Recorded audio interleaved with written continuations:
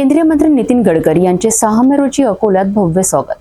शिवनी विमानतळावर सकाळी 9:40 त्यांचे आगमन होताच संपूर्ण प्रशासकीय यंत्रणा सज्ज झाली होती।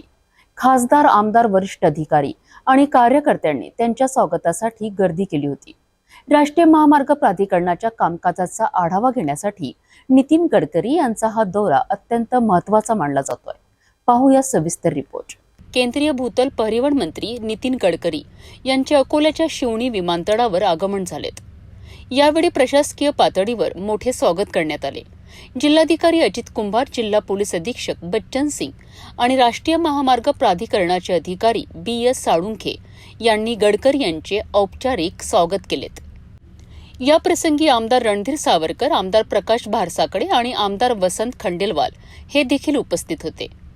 उपविभागीय अधिकारी डॉक्टर शरद जावळे, तहसीलदार सुरेश कव्हळे आणि विविध विभागांचे अधिकारी उपस्थित होते।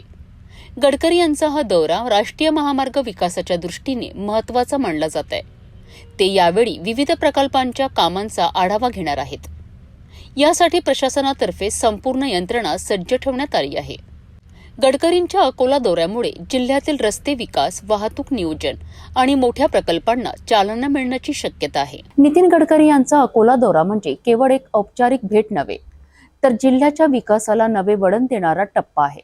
रस्ते आणि महामार्ग प्रकल्पांना गती देण्यासाठी मोठी संधी अकोल्याला लाभणार आहे। पाहावं लागेल की या दौऱ्यानंतर कोणते नवे प्रकल्प अकोल्यात प्रत्यक्षात येतात।